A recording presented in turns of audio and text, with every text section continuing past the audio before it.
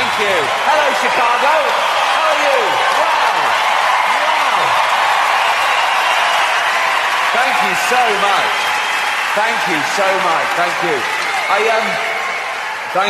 Thank you. That was an amazing welcome. I should explain something straight away. Usually when I come out on stage, it's amazing, okay? I'm doing cartwheels and backflips. It's fucking spectacular, right? But I've hurt my back. That's true, actually. I've pulled a muscle in my spine playing golf. I know what you're thinking. Serves me right for playing such a stupid game as golf. But, no, I've been in agony. I'm actually on painkillers right now. So, no, it's true. If I suddenly start talking like Paula Abdul, you'll know why. I'm not drunk. So, when the doctor, this is true, when the doctor gave me the painkillers, he said, no, you can't drink alcohol with these. And I went, I don't want them then. He went, what? I said, give me some you can drink alcohol with. Right? And he went, well, you're not meant to drink with any painkillers. Who are you, my fucking mother? So I've been walking around like the Elephant Man for days, but without the big cock, obviously. I assume he had a big elephant's cock to match the head. No, that would make things all right then, wouldn't it? That would sort of balance it out. No, because then he'd look in the mirror and he'd sort of go, oh no. Oh, look at that fucking head. Hold on though, what's going on down here?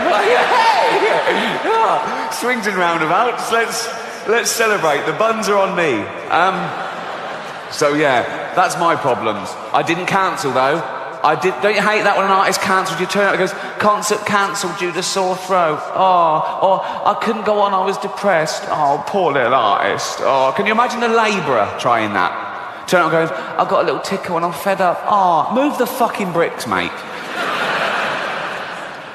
Never cancel. I had a gig in Dublin a couple of months ago, okay, and as you know, Dublin is in Ireland, which is off, it's off the coast of Great Britain. It's not part of Britain, but it's very close. It's sort of like our Cuba, I suppose. It's that.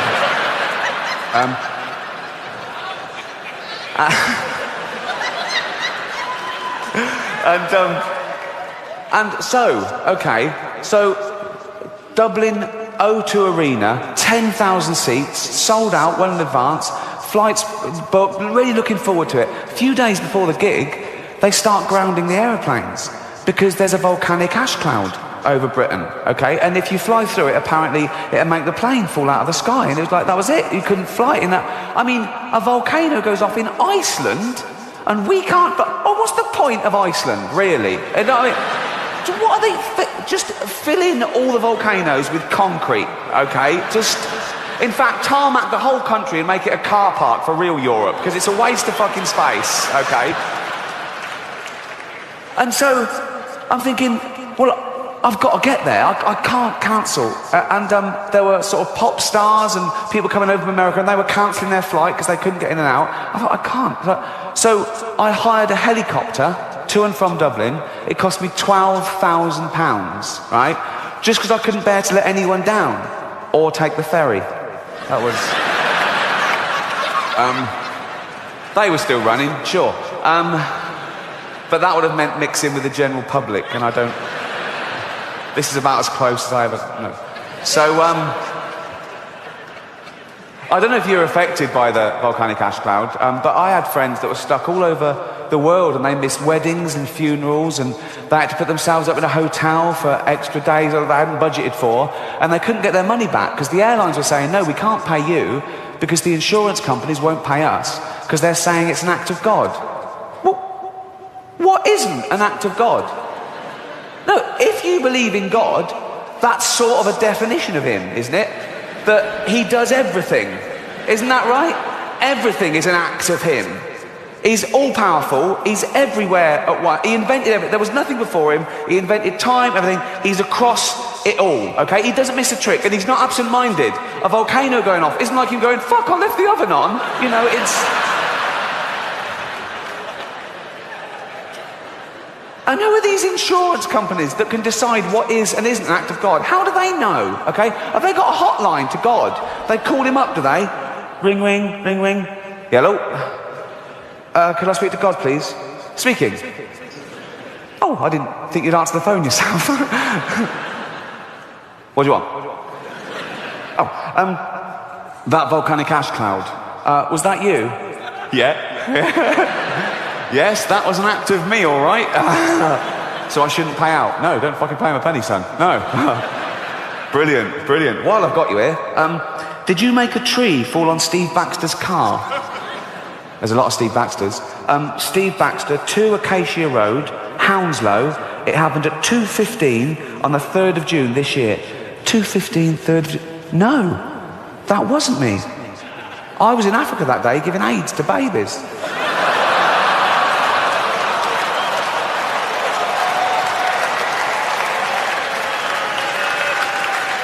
He does everything. He does everything. I don't make the rules. And, well, I'm glad I didn't cancel, because it's fantastic to be here. Seeing you at happy, smiley faces, probably feeling very fortunate that you managed to get a ticket to see a living legend. Or am I? Shut up. I know. You lucky fuckers, you really...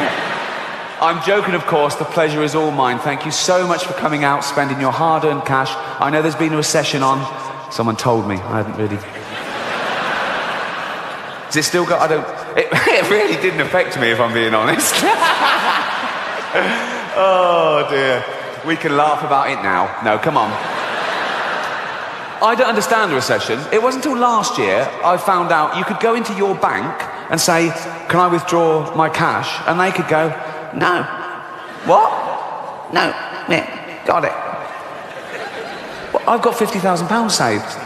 You went. Where is it? Lost it. What? Have you checked the vault? It's empty.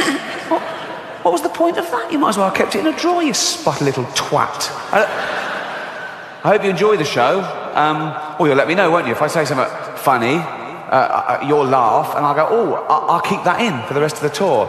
If I say something that isn't funny, you won't laugh, and I'll go, I'll lose that bit. So some bits tonight will be exclusive to you. They will be the shit bits, granted.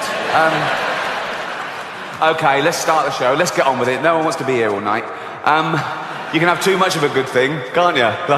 Like heroin. What? Although too much heroin is death. Basically, that's when you know you've had too much. You go, oh fuck, I'm dead. I'm fucked. That's the thing though with heroin. You know, try anything once, kids, sure, but know this, right? No. You think, I'll try heroin. I'll just try one. Give me a heroin. Give me one heroin, okay? Just have one. Oh, what's it like? Oh, it's fucking lovely. I want more. I can't just have. It's like Pringles. It's like once you pop, you can't stop. I think that's how it works. I'm not an expert. Believe it or not, I've never been a heroin addict. No round of applause for that. See? No. See? No round of applause for never having been a heroin addict. If I'd come out here and go, yeah, I used to be a heroin addict. I used to mug people and shit myself in doorways, right? But exactly. Oh, yeah. He hasn't done those things for a while. He hasn't done those things that we never did in the first place. Why are you applauding someone for suddenly acting like a normal member of society? It's like I've lost a bit of weight. I've lost about 20 pounds. Exactly. What? No. You're basically applauding me for only eating as much as I need now. I should have always been doing that. I got fat because I was a greedy, lazy bastard. There's no other explanation. And I needed people that they come to me now and they go, well done, you look great. But they weren't telling me I looked terrible. They're basically saying I look terrible. No one told me at the time. It was really taboo. I needed waiters to come over and go, fuck off, you've had enough, right? And I've been criticised in the past for having a go at fat people. I've never had a go at fat people. I've only ever pointed out the fact that you get fat if you take in more calories than you burn off. That's simple science. I don't judge them in any other aspect of their life, but that's what happens. You get fat if you take in more calories than you burn off, okay? And that's indisputable, okay? Now, the thing is, people think I'm having a go. I'm not, because I don't judge them. If I see a fat person, I don't make assumptions about him other than how they got fat. And, this is the other thing, wait, right? Not only is that what makes you fat, people know that's what's making them fat. No one got fat behind their own back. No one and went, what the fuck's that? Okay. It's not a surprise, it's a gradual process. You have loads of time to back out from this project. Also, no one's sneaking into thin people's apartments and injecting their lettuce with 1,000,000 calories. That doesn't happen, okay?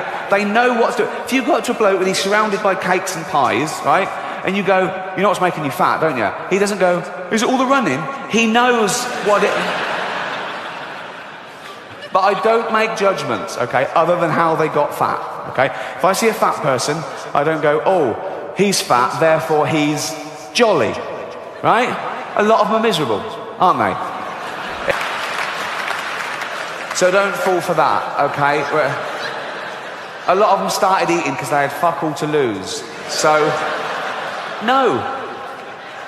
But there's no stigma attached because people don't even want to use the word fat now because I think it's derogatory. It's a real taboo subject. So they use euphemisms. They go, oh, you know Brenda, the big girl.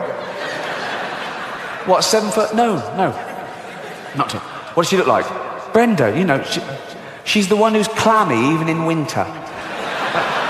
Just say she's fat. Nothing wrong with it. It's their choice. It's up to you if you want to be fat. It's fine. But they don't. They go, you know, Brenda, she's out of breath just standing up at her desk.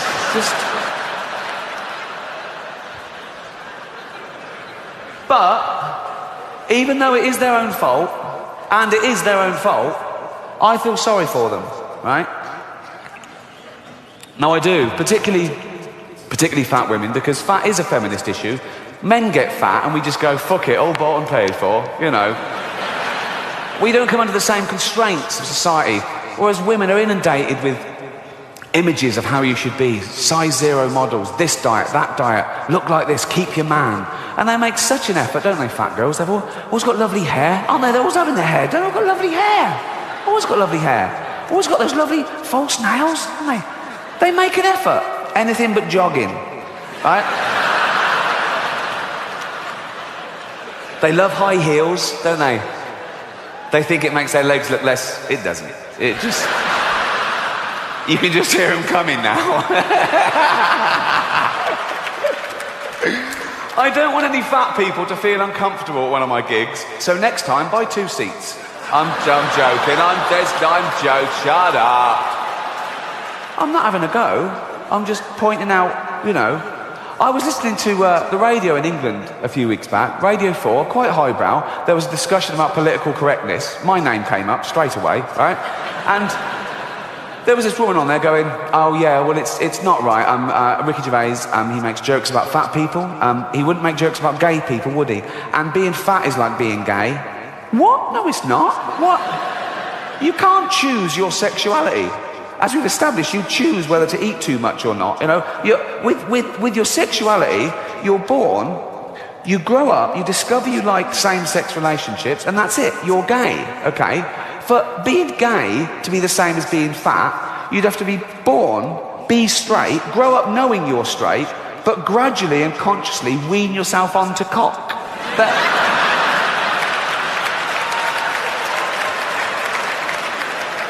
Oh. Happy 16th birthday, son.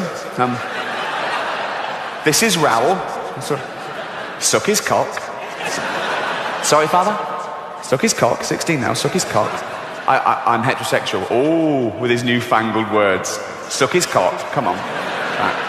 I don't like cock, father. Doesn't like cock. How do you know if you've never tried it?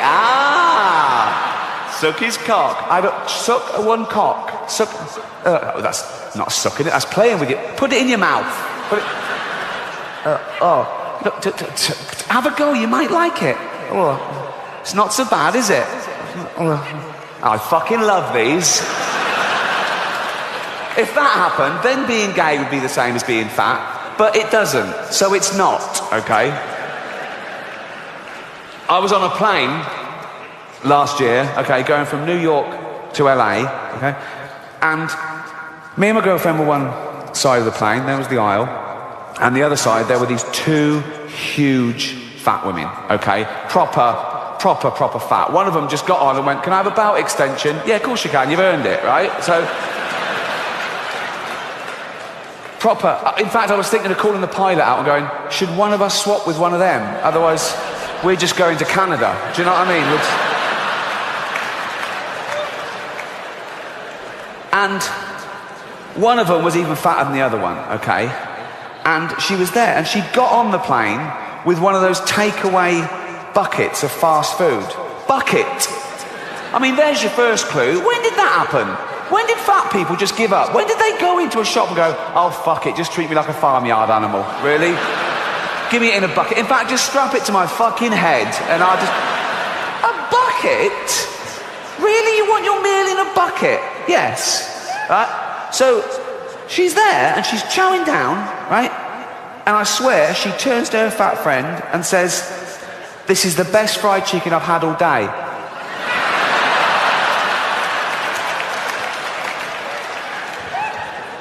But I'm not having a go. I'm not having a go. No, I'm not. No, I'm not. Because even though it is their own fault, and it is their own fault, I don't know if you know this about fat people, they fucking love cake. They love it. They love it, right?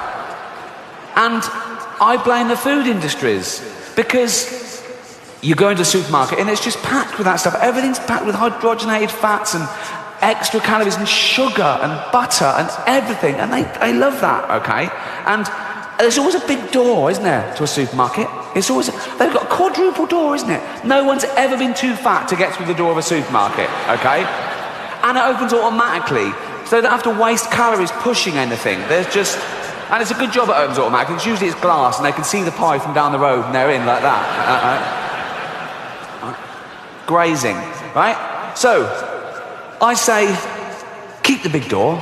Keep the big door. Sure, keep the big door. Come on, fat people. Come in you go. But when they get in there, it's all fresh fruit and veg. It's all whole grain. It's all stuff that's good for you, okay? Of course they'll be confused at first. They go, well, that's not real food to them. They think Brussels sprouts is packaging, right? They're looking, where's the cakes? Where's the cakes? The cakes are over here. But the cakes are through a different door. But this door is human-sized, okay? So now they go, there's the cakes. They go, oh fuck, I can't get in. I can't get through the fucking door. I can't. And they're starving. I go, oh God, what's this? I've got to eat some, what's this, a banana?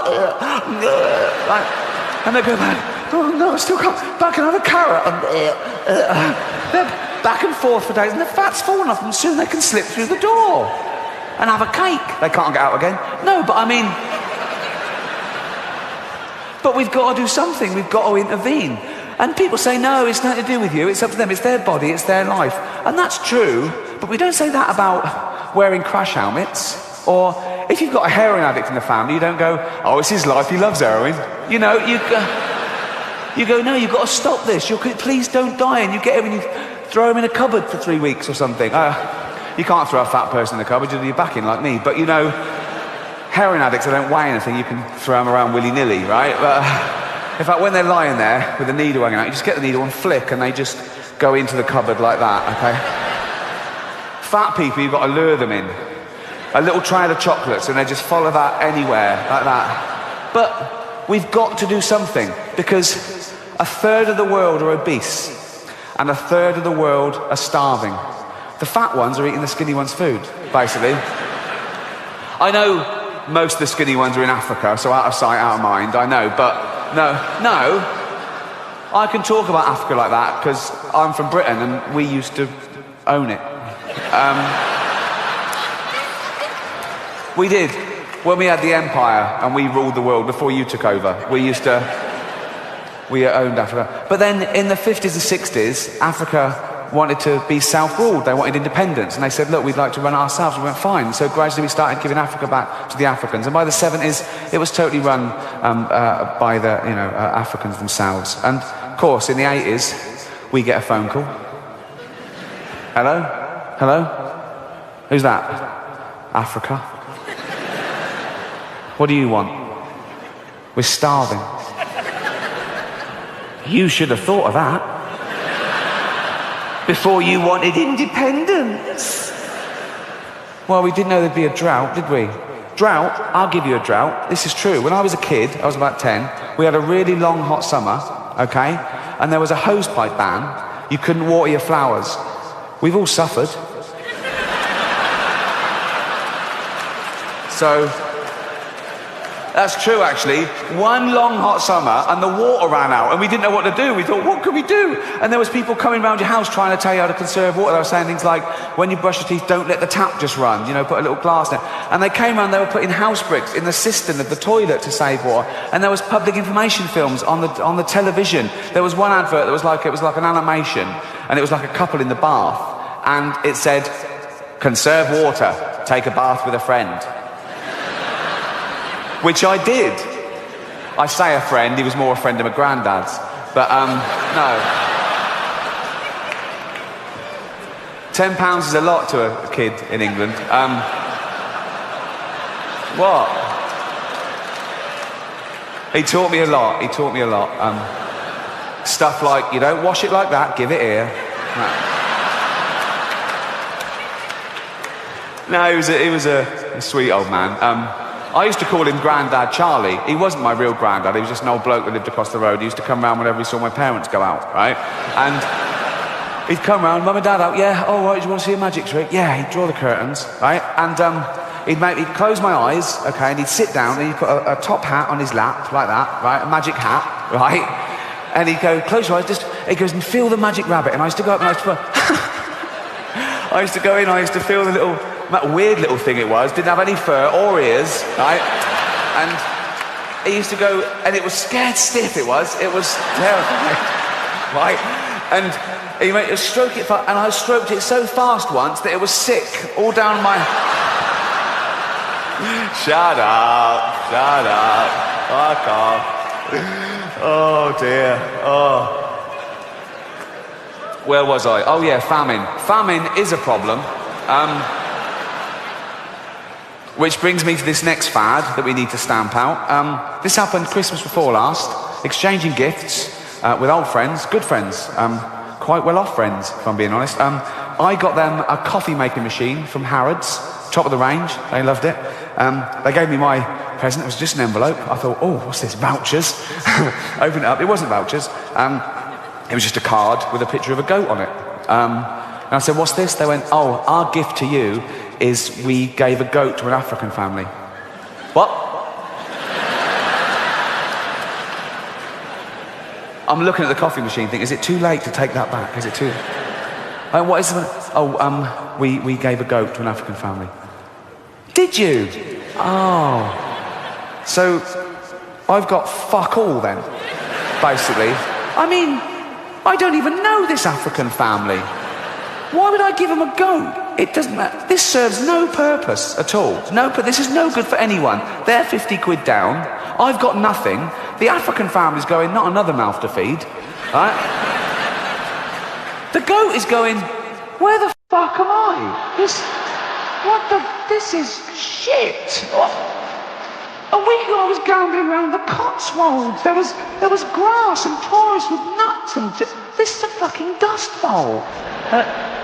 There's no way that goat wanted to go to Africa. It was basically, no, it was kidnapped. It was abducted. It was put in a sack and bundled on a boat to Africa, like Roots in reverse. There was no way. They went, do you want to go to Africa? He went, definitely not. No. Oh, come on, why didn't you want to go to Africa? Lions! Come on, why didn't you want to go to Africa? Well, that shouldn't affect you. It shouldn't. So just be careful with that charity shit, particularly at Christmas. That's when they get you. They give you a guilt trip at Christmas. All the adverts for the charity at Christmas. You're sitting at home, aren't you? Having your Christmas lunch, loads of food, too much food. Probably going to throw a lot of it away, right? And things like this come on the telly. This runs every Christmas day in England. It goes, is there an old lady near you cold and lonely this Christmas? Yeah, I fucking hate her. Nosy bitch winds me up all year round. Okay. I can't wait for the cold weather. There's no old lady near me. She died last year of hypothermia, so result, yeah. Brilliant. The other big one is a dog is for life, not just for Christmas. Right behind that, I'm really into animal welfare. And that's obviously aimed at parents whose kids go, can I have a puppy, can I have a puppy? And they go, no, can I have a puppy, can I have a... Oh, and they get them a puppy to shut them up, right? And the kid likes it when it's cute, it grows up, kid gets other interests, gets bored with the dog, they lumber the parents with it, the parents get bored with it, they abandon it. 11,000 pets were abandoned in England last year, which is terrible. And I think, kids should have pets. I think it teaches them life lessons. I haven't got kids of my own, but I've got loads of nieces and nephews, and they've got kids of their own now. And I want to be a cool uncle and give them what they want, but I want them to be a responsible one too and not add to the stray problem. But I think I've solved the dilemma. Here's a tip. This is what I do anyway. You've got to wait till Christmas Eve and always go to an animal rescue centre, not a breeder. And I go along to an animal rescue centre Christmas Eve and I go to the veterinary part and they've usually got like a runt who's been born sort of disabled with no quality of life and they're just putting that out of its misery. Right? And I go, no, don't kill that one. I'll take that one. And I go, it's only going to live a day. Perfect. So, and I run home, I'm going, don't die yet. A little bit of Starbucks. And I rush in, I call my niece, she comes running, Uncle Ricky, got your puppy. Oh, Uncle Ricky got me a puppy. Yeah, your best uncle got you a puppy. Yeah, go and play with it, quick. Go and play with it. And she takes it to bed with her Christmas Eve and she sleeps with it. She wakes up Christmas Day, it's dead, cold, stiff, gone. So, result, not a problem. And they always come down the next day, they go, oh, my puppy's dead. I go, oh, what, the puppy your uncle got you, he did his bit, and whatever happened after that isn't his problem. They go, yeah. And I go, oh, maybe you rolled over on it in the night. Oh, did I? Oh, no. And they start going, I killed my puppy. I go, no, you didn't kill your puppy. Jesus killed your puppy. On his birthday. Because you didn't spend enough on your uncle's Christmas present. They usually buck their ideas up the next year. The other big campaign at Christmas, don't drink and drive. Right behind that as well. A lot more stigma attached to that these days. When I was growing up, it was whether you got away with it or not. But people now know it wrecks lives. I'd be getting in the car when I was a kid with grown-ups and family. And I would go, no, you can't drive. You had too much to drink. And they go, it's all right, I won't get caught. But now that people know that's right, and I've done it once, and I'm not proud of it, I'm fucking ashamed of it, and that was Christmas. I wasn't drunk, but I was over the limit, and I took the car out, and I knew I shouldn't be driving. But I learnt my lesson, because I nearly killed an old woman. And no, in the end I didn't kill her. In the end I just raped her.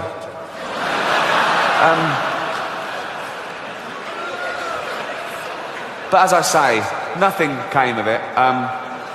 Luckily for me, 1,000 to 1 shot, she had Alzheimer's. So, not a credible witness. Spiders, they're always ready, aren't they? Aren't they always ready they're always ready for action, a spider. It's always completely fucking ready for action, like that. Always ready for action, always. I mean, some animals are sometimes ready. You startle a cat and it'll go, ooh, for a few seconds, and it goes back to chilled. Most of the time, a cat is just laying on the floor, innit? Just on its side, all 4 limbs just stretched out in one direction. You will never see a spider like that. You will never see a spider just lying on the carpet, right? Its head down and all 8 legs just stretched out like that. They're always ready, okay? They're always ready in every direction, like the fucking Matrix, like that. They don't have to turn, they've got 10 eyes, 8 legs and 10 eyes. It's over the top, okay? And they're even ready when you don't think they're ready. You can see an empty web, okay? And you go, that spider's not ready. No? Touch the web. What? Touch the web. And it's there. I fucking hate them. Individuals in each species. And that's just one class, arachnid, of one phylum, Arthropoda. There could be 5 million species of animal alive now on the Earth. Best guess, okay? And that's 1% of all animal species that have ever existed. 99% of all animal species that ever existed are now extinct. And that remaining 1% is 5 million strong. Take one of those species, termites. If we were to weigh every termite alive now, it would be 10 times the tonnage of every human being on Earth. And it's statistics like that that make me think that this book isn't totally accurate.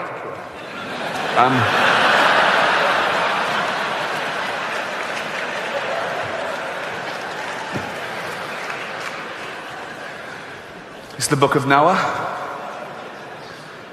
the children's edition. I actually got this awarded to me when I used to go to Sunday school every week. I believed in all this till I was 8. St Agnes Sunday School, presented to Ricky Gervais, R-I-K-K-I, like a fucking mongoose, right?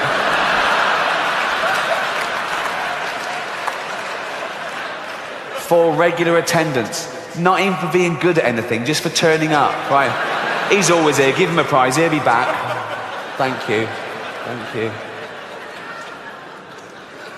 Let's have a look at the evidence. Long, long ago, when God first made the earth, I'll let both those points go, we haven't got time. Right. Long, long ago, by the way, according to the Bible, is 5,000 years. According to the Old Testament, the earth is no older than 5,000 years old, okay? It's actually 4.6 billion years old. Let's pop that in, pop that. 4.6 billion years ago, when God first made the earth and sky, all right, don't big it up, it's like, it comes as a package, really, doesn't it? I mean, do you know what I mean? The sky was never an optional extra. It's like, made you a planet, I can't breathe. Would you like an atmosphere? Of course I fucking would. So, well done, but very soon they wanted their own way. They would not listen to God. They became wicked and did wicked things. Look at them doing wicked things there. You don't get much more wicked than that, do you? Fuck off. Oh, fuck off, wicked. Fuck off, wicked. God just looking on. Oh, carry on. See what happens. See what happens. Oh, see what happens. Yeah. Oh, see what happens. Bloke there running off with a big bag of money. Don't put it in a bank, you cunt. Right. Straight to genocide. What happened to one verbal and two written warnings? Straight to the annihilation of the entire human race because of fatty yellow trousers picked someone's nose. Really? Fuck. Anger management, man. Just calm the fuck down. Let's talk about this. Wow. I read that to Carl Pilkington, right? Who is, yes. Head like a fucking orange, I know, yeah. And I read that bit to him. They are so wicked, I'll have to wipe my face to the earth. And Carl said, he sounds gay. I said, what do you mean? He went, some gays are a bit like that. He thought God was like having a hissy fit. Like he's like, no, they treat me like a bastard, I'm going to treat them like a bastard, I'm going to show them, I'm going to wipe them out. I said, Carl, God is not gay, okay? Read the Bible, he hates them.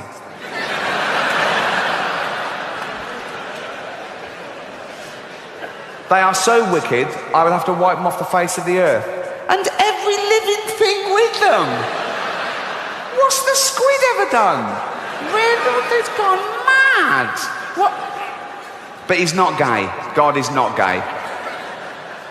But there was one man who was still very good. His name was Noah. He was a friend of God. Just a friend, so don't know. Just a friend. A friend with big hooped earrings.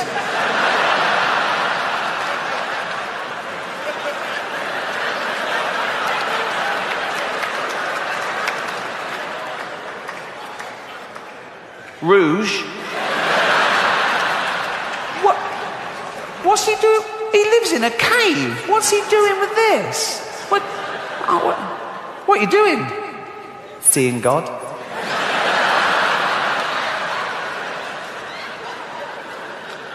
You never know.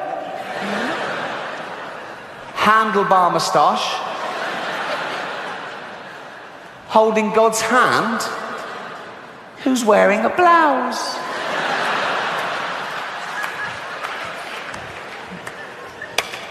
God is not gay. God said to Noah, I am so angry with men.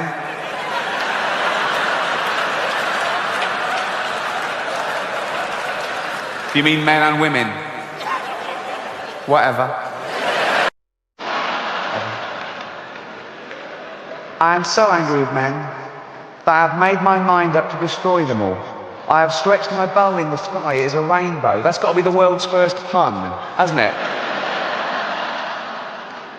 It will make so much rain pour down on earth that everything will be drowned, but not you. I want you to build an ark. It must be like a big boat with 3 decks and a roof over it. Yeah, I know how to build a boat, mate. And you'll make a door in the side of it. Do you think I'm a complete idiot? I know. Noah did exactly what God told him. And then God said to Noah, now, okay, now this is aimed at children, admittedly, but it's taken from the Old Testament story in the Bible, but I don't think the author of this book is a zoologist. As we've said, there could be 5 million species of animal. I don't think he knows them all. The way he backs out very quickly in this next sentence, okay? I want you to take 2 of every kind of animal with you into the ark. 2 lions, 2 tigers, 2 elephants, and so on.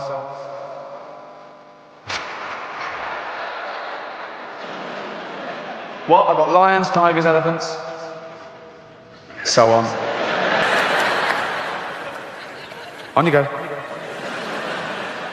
Look after them well and keep them alive. And Noah did what God said. Now I wanted to study that scenario. Okay, so God is angry with mankind. He's fed up with them. They're wicked, right? He's going to wipe them out and just start again with Noah and his wife. He's angry with the animals too, for some reason. So he's going to start again with just 2 of each species. He calls a flood. They build an ark. Noah goes, right, 2 of every species. 2, just 2, right, quick. First 2.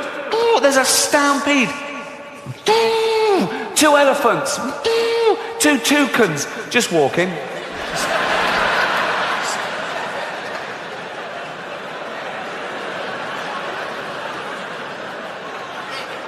There's no rush. Just strolling, baby. I think this one is a bit more concerned than this one. This one's probably going, should we fly? Nah. No? Nah.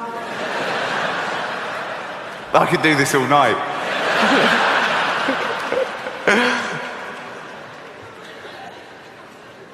No?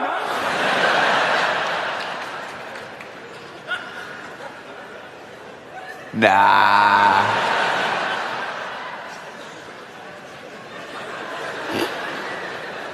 Sure? Yeah. I mean, we've got wings. We've got feet as well. Why don't you want to push in? That elephant's looking at me funny.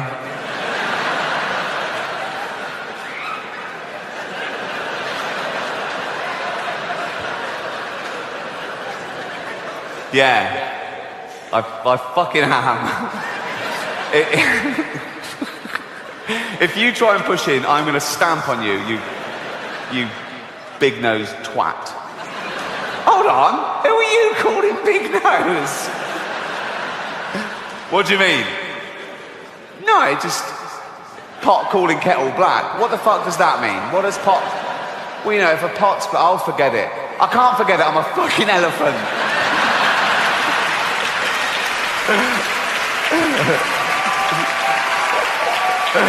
Oh, 2 camels, 2 lions, 2 ostriches, 2 leopards, 2 tigers, 2 zebra.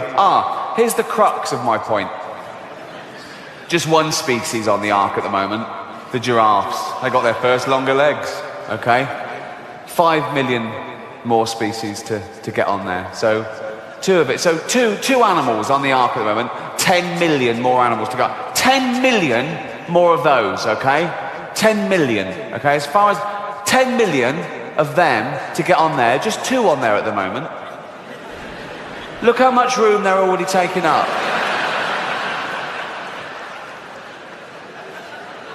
It's at a 1/3 capacity.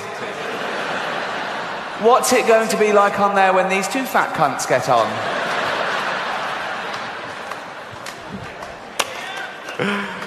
Then God bent the bow of his anger and the rain came flooding down, covering the earth with water. It rained for 40 days and nights. The flood water rose high. They were fine, weren't they? They were fine. They were loving it. They were better off. In fact, all the sea creatures. I mean, mountains underwater, their domain had increased like tenfold. Also, it's so much more interesting. You've got crabs going, I'm on a fucking mountain. This is amazing. I never want this flood to... I've never been up here before. I think of that when you see on the news, like if there's a little village in Gloucester flooded or something. And it's really sad. You see people, they've lost their homes and they're in dinghies and they're carrying their pets. And you see a little row of antique shops completely underwater. And I think of a fish just looking in the window of that antique shop for the first time.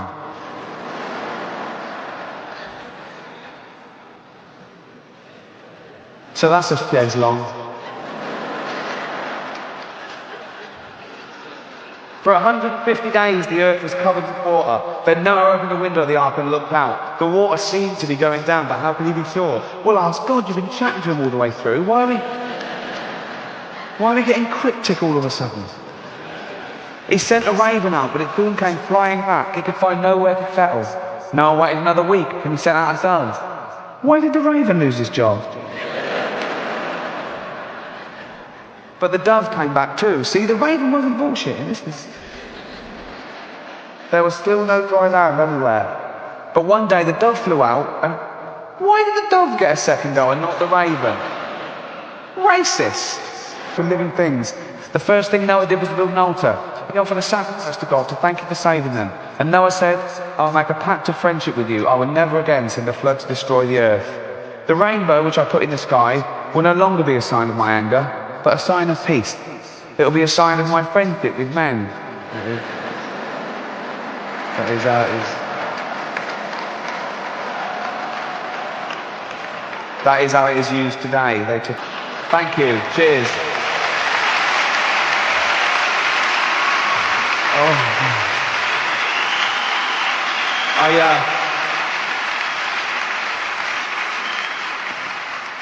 I read that whole book to Carl, and he believed it all. Why wouldn't he? It's written down. And I said, Carl, think, how could they get 10 million animals on a boat? Carl went, they said it was a big boat. Yeah, they did, that's true. I said, but they're all part of the food chain. They would have literally had to have eaten each other to survive. Why didn't the lion eat the antelope? Why didn't the spider eat the fly? And Carl said, because in a crisis you all pull together. Amazing. I'd love to do a book of his quotes. I love books of quotations. I love just reading them for pleasure. I've got a few of these compilations, and one of my heroes is Winston Churchill. And when I read, give us the tools and we will finish the job, it is a good thing for an uneducated man to read books of quotations. I thought, you cheeky fat git. People always say to me that Oscar Wilde was the greatest genius that's ever lived. Let's have a look at the evidence, okay? Here's one of his. They become like their mother. That is their tragedy. No man does. That is his.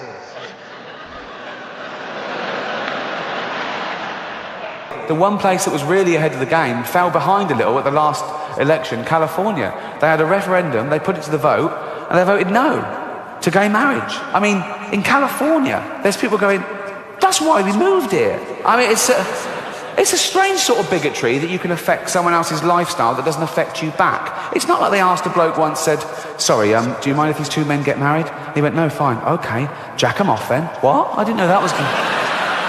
That doesn't happen, does it? That doesn't happen.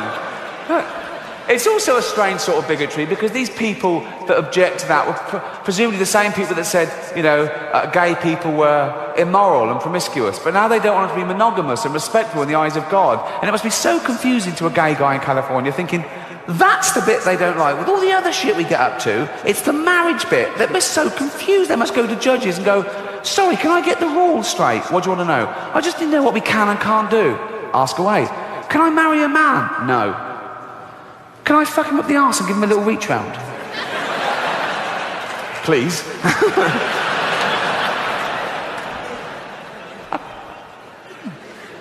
Can't marry him? No. But and the little... Can I...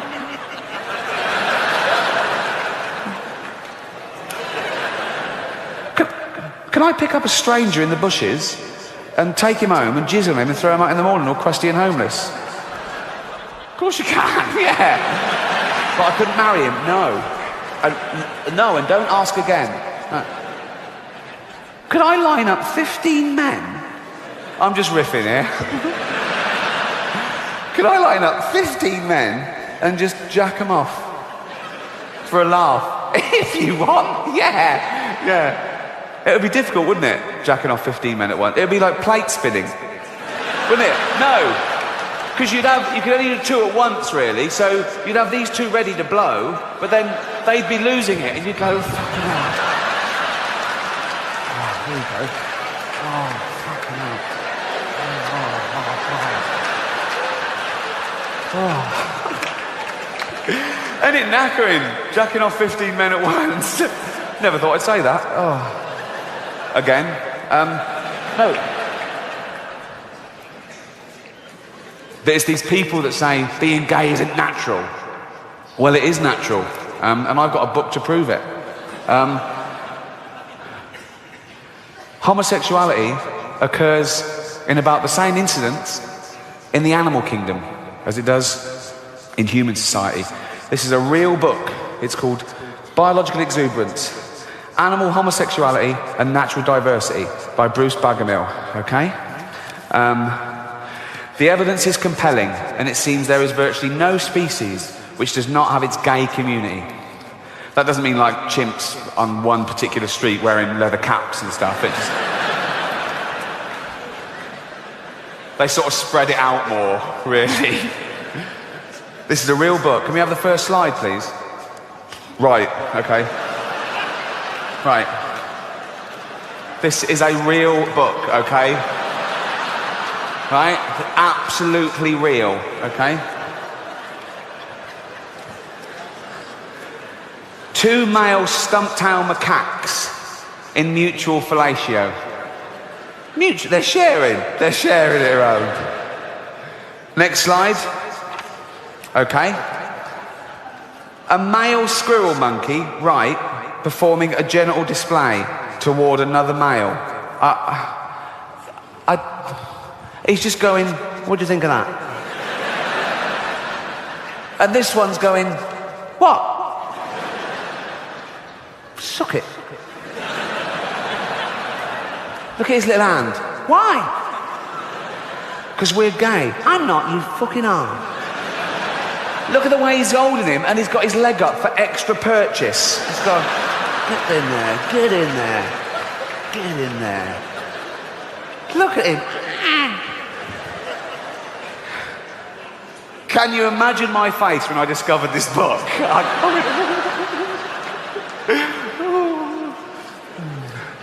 Next slide, please. Okay. A female Olympic marmot mounting another female. Now, I don't know what is in that for either of them. Unless the one on top is wearing a strap-on dildo.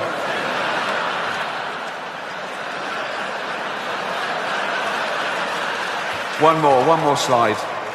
Oh, this is a doozy. Okay. 2 forms of copulation between male dolphins.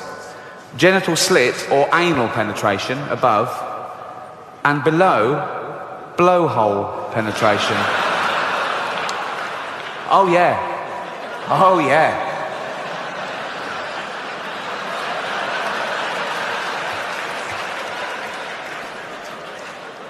Basically, he is fucking him in the head. It's in the head. He's fucking him in the head, ladies. I have never seen that on any wildlife documentary. Why have I never seen that before? Why are they doing that? Maybe it's not in the wild. Maybe it's in SeaWorld, which is like their prison.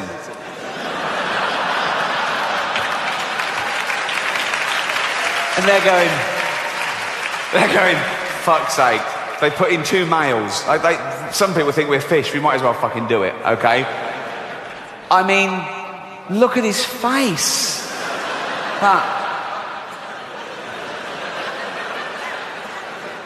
he's going, Dave.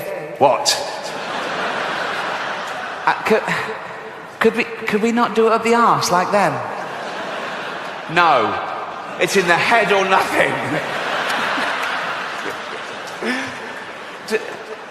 Dave, what?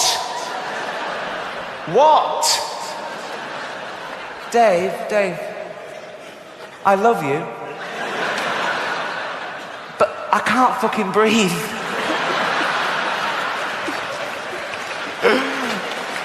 That is a real book. That is a real book. Can we have that? Look. I love the fact that he found like a turkey in drag to show how gay animals can be. The gayest animal in the world.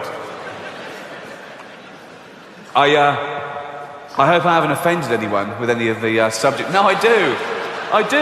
That's not the point. I don't try and offend. If I have offended anyone, and I'm sure I have, I don't apologise. No, I think you have to be able to justify everything you do. And I just think that a comedian should take you to taboo places you haven't been before. Otherwise you could do it yourself. There's enough anodyne comedy out there just doing things, obvious stuff that, doesn't make, any difference at all. And there's this spate of comedians saying sorry when they go too far. I just think, they go, oh, sorry, I didn't mean it. Well, you should know better then. There's also a witch hunt at the moment with people saying, oh, is there anything you shouldn't make a joke about? No, there's nothing you shouldn't joke about. It depends what the joke is.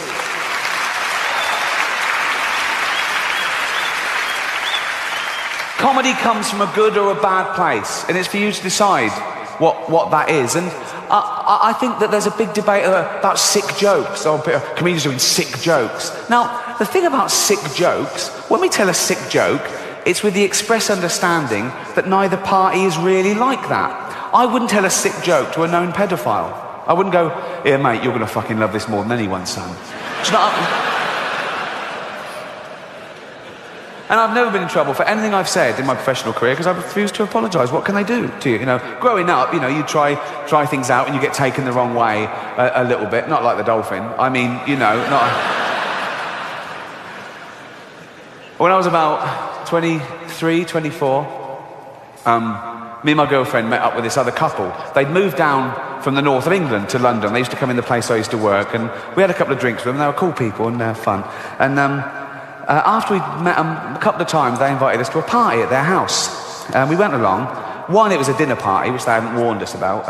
But two, it was for their family that had come down from the north to see how they were getting on. And it was both their parents and grandparents and great uncles, average age about 85, right? And I think we were an afterthought. We thought, oh God, we don't know anyone our age. Oh, that Ricky and Jane, right? So we went along, and we were still getting to know them, so we just spoke to them all night. We didn't really mingle with the older people. And as I say, we use comedy as a sword and a shield and a medicine, but usually as a getting to know you, okay? We use comedy to break the ice. Are you like-minded? What can you take? What do you like? And I've always sort of pushed the boundaries a little bit to try and make people laugh at things they didn't think they could. But, but then, everything turns out okay, I suppose. And I started off lightly. I told this joke. Why did the little girl fall off the swing? Because she had no arms. Yeah, sweet. And they laughed a little bit louder than that. There was only two of them, so thanks, right? No, so I thought, okay, they get it. They like so, and so you up the ante a little bit. I don't you push. And I told this joke.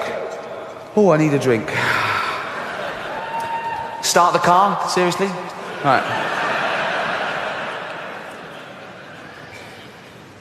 I told this joke. Made sure the old people couldn't hear. Like that. I went, okay. Father, sitting at home, just reading the newspaper. This little girl comes running in. She's only 6. Hello, darling. Hello, Daddy. You've been playing? Yeah. In the park? Yeah. With your friends? Well, until the man came along. Till the man came along? Yeah, a man came along, and he asked my friends to leave, so it was just me and him. Darling, come over. Whatever happened, none of it was your fault, okay, darling? None of it was your fault. But tell Daddy every detail. What happened? He took me behind a tree so no one could see what we were doing. Oh, God, darling, and then what happened? He took my dress off. Oh, God, what happened next? What happened? He took his thing out. Oh, God, darling, and then what happened? Nothing, that was it. Oh, well, make something up.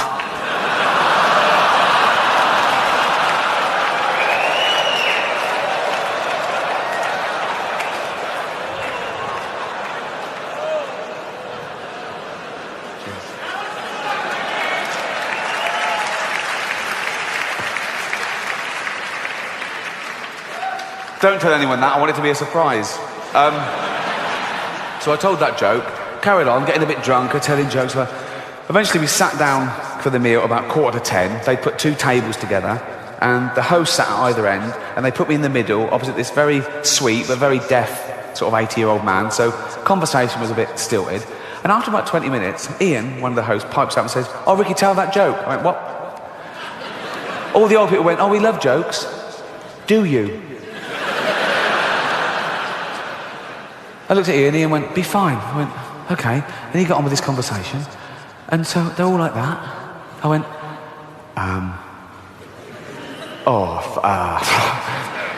father sitting at home reading the paper. Little girl comes running, told the whole joke, got to the bit, "Well, make something up." They went, silence. I looked at Ian, he went, "Not that one." Thank you so much, you've been fantastic. Good night.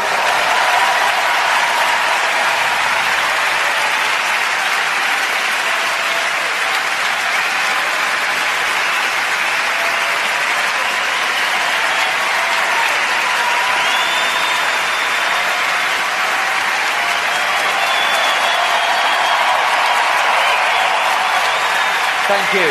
Thank you very much. Thank you so much. Cheers. Thank you. Fantastic. Thank you so much. I fucking love Chicago. Isn't it brilliant? Isn't it amazing? Just the best time. Thank you so much. I'll tell you, I'd risk coming again through volcanic ash clouds. Anything to get here. It's fantastic. Terrorist attack. I've actually always been a nervous flyer, to be honest. And I flew a few weeks after 9/11, and after 9/11, the world went a little bit crazy. You know, I understand.